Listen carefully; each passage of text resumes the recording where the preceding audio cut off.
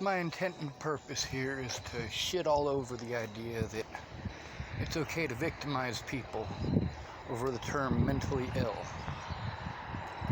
If somebody is schizophrenic and is raped, and they go to the police, and the police refuse to take their report or investigate the crime because this person is schizophrenic, does that mean that this person was not raped because they're schizophrenic? It must be a lie? How about if they have bipolar disorder? Well, this is obviously something that needs to be dealt with. If somebody's bipolar, they have mood swings. Now, what are those mood swings based on? Are they just out of nowhere, or is there a purpose? Is there a reason? Because I guarantee you, if someone gets raped and nobody fucking listens to them, yeah, they're gonna be fucking hysterical. Does that make them bipolar? No, it makes them overwhelmed. Why do I make this comparison so often? Comparison with mental illness and rape. Because there's no such thing. It's mental disability. When somebody is mentally disabled, then they are at risk.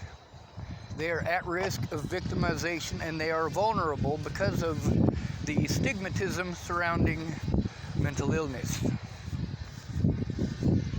The idea that somebody in an institution can rape somebody there who is a client because that client has schizophrenia or is bipolar is unacceptable.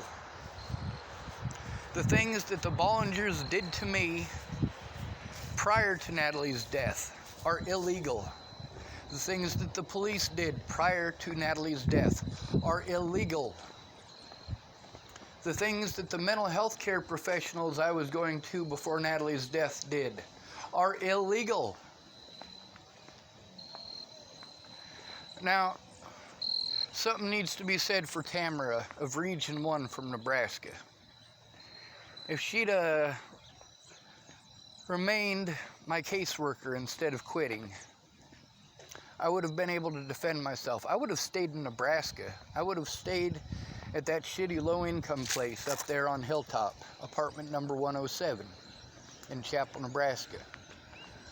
Why didn't I? Well, that's because Tamara quit.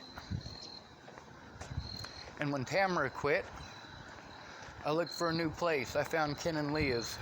It was around that time that Tim Beeson decided to get a hold of me and start threatening my life and my family. Calling me a child molester and a rapist and a fucking druggie and shit like that. No, I don't fucking do those drugs. But then again, when you're going after the healthcare community and you're going after the police for the way that they treat the disabled, yeah, they're not going to be on your side, and I wouldn't expect them to be.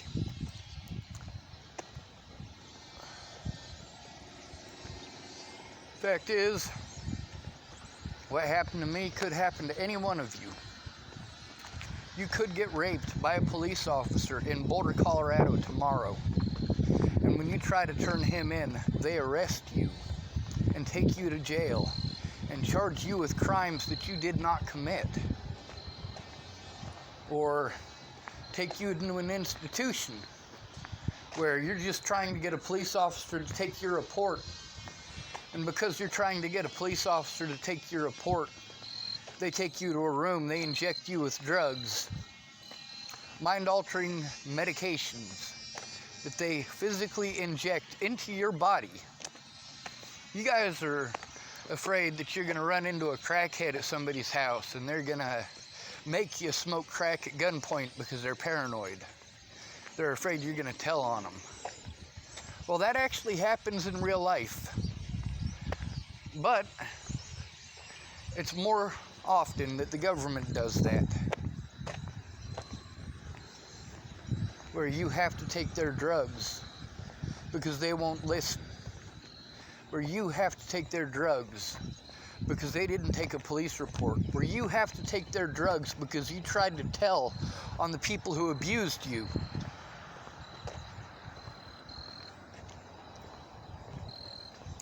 I needed my family to give a shit, but they didn't. And I understand why. My mom's got too much invested in her reputation. Of course, she's also a cokehead. She's also a money grubber. She also protects sexual predators like her father, and like my little brother, Michael. Meanwhile, I get treated like the bad guy because I turn them in. Well, I turn them in for a reason. But you know who it was that got punished when I turned in my mother? That's right, it was me. It was me who was sent into the system. It was me who had a choice between Pine Ridge Job Corps Center or Juvenile Hall. You're damn right I'm going to speak out. It's my right to do so. If your friends won't help you, and the police won't help you, and the media won't help you, well, there's always social media and YouTube. The First Amendment right is the right to freedom of speech. The Second Amendment is the right to protect the First Amendment. I will never be allowed an honest day in court. No officer will ever take my report seriously because of the things that happened to me in Colorado. Now, the officers involved in Colorado, as well as the officers involved in Nebraska, and ignoring me when I was telling them about the abuse, well, these officers are hell-bent and well-entrenched in defending themselves against their own wrongdoing. I hated the fact that I had to break the law. But when the law breaks the law, what do? Do you take it into your own hands? I certainly had to. I'm going to have to endure abuse for the rest of my life over things that I didn't do and things that I was forced to do out of desperation, because none of these professionals did their jobs. I tried to get help before Natalie was killed from Aunt B. That's Brenda Dixon in Chapel, Nebraska. But she's on medications for rheumatoid arthritis and she talks nonstop. So I never get a word in edgewise, and it always turns to shit. I mean, literally, she starts talking about her bowel movements, and it'll be a 4-hour complaint about her bowel movements. Would I expect her to come forward after I said that? Oh, hell no, I embarrassed her. But the thing is that she, along with many other people, did not keep her word, not caring about the consequences for me if she didn't keep them. Problem with getting a mailbox. I haven't had an actual mailbox since Natalie disappeared. Not a steady place where I could have my mail sent to. Now, when I had my apartment for a month and a half, there was a mailbox attached to it, but it was open-topped, which means anybody can go in and steal that stuff at any point in time. Now, I had to be able to have the money to actually sustain that place, to stay in that place, to keep that place. And with all the money that was being taken to force me to go to one court date after another in places where I am being physically assaulted, having my life threatened, and I have to go back to these places. What are they expecting me to do? Just sit there and wait on somebody to beat on me? And then me get arrested if I defend myself? No. And that's the point with the mentally ill tag. As soon as you call somebody mentally ill, they no longer have rights. The Constitution no longer applies.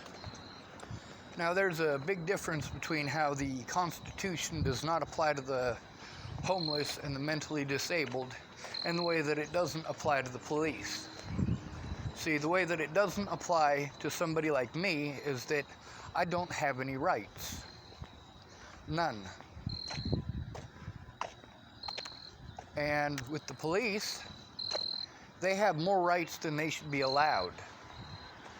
They get to tromp on people like me. They get to do whatever they want to people like me, people who are broke, people who are easy to victimize, people with mental disabilities and physical disabilities. And they capitalized on that. I'd been speaking out about the border police and their tactics for years before I hurt my back. And when I hurt my back, they capitalized on that to harass me no matter what. To harass me when I was sleeping, harass me when I was eating, harass me no matter what. Because I must be a bad person, because I no longer have the ability to get myself a whole block. And that's what Natalie Bollinger saved me from, was those police officers. That very same department, those very same hobo hunters. And then there's Darren O'Connor, the coward.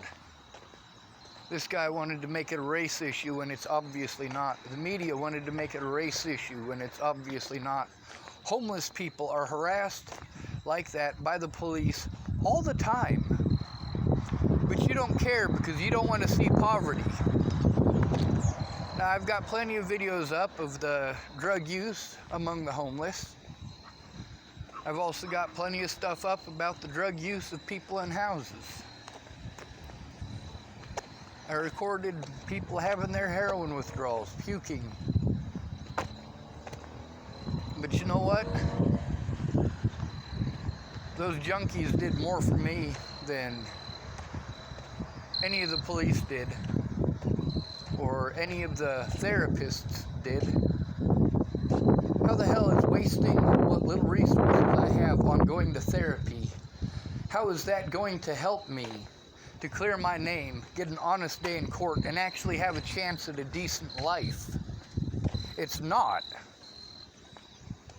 The slander by the Bollingers and by the media and by the police has prevented me from having an honest day in court, and despite the fact that there are hundreds of witnesses and hundreds of videos and thousands of screenshots showing that I've been telling the truth, I don't have a safe place to receive my mail. I don't have a place where I don't have to worry about the police coming and knocking on my window at 2 o'clock in the morning. I needed somewhere safe from the police. When you're homeless, your life is hell. Unless you have somebody there with you, a road dog. Right now, I've spent the last week and a half trying to find an alternate place to go because the place I'm at is not suitable. It's not a safe environment. That doesn't mean that I hate these people. That doesn't mean they're terrible excuses for human beings. It means that I cannot handle the environment. I need to be able to spread out everything I need to work on, and being told that I need to clean it up because it looks too cluttered, well, it's going to be. If I had my own place, I wouldn't have to worry about that. I wouldn't have to stop working on the things I need to take care of because somebody else doesn't like the look of it. There's some other major issues that I really am not equipped to deal with. I'm doing my best with what I got, without people actually willing to come forward. Not that none of these people tried, many of them did, but my safety needs to be a top concern. Instead of saying, oh, well, Sean's got this evidence here that shows that people are doing wrong shit to him, we're just going to call him schizophrenic and not take a look at it. That's not acceptable. Oh, well, you know, our officer did wrong things, but on the bright side, we can call Sean schizophrenic or bipolar or some other manner of excuse not to take his report, some other manner of excuse why it's okay for people to take advantage of a disabled person, someone who is overwhelmed. I'm lucky I can speak.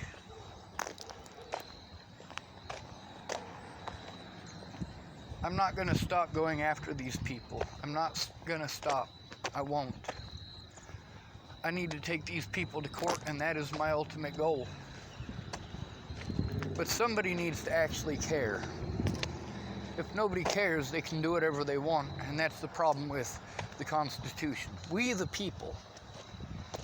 It's supposed to be we the people, not you in houses, and then special rights for police, and then anti-rights for the homeless. This isn't okay. Refusing to take a report from a person because of their disabilities is completely wrong. An outside agency needed to take a look at all the threats, harassment, and bullshit that I was dealing with. Not just by the public and the Bollingers, but also by the police and the public pretenders. Now, once y'all realize how much of this I was honest about, you're going to start wanting to look at all those other things. Unless you're one of those people who just hates me because of the slander. In either event, I'm still trying my best to show it.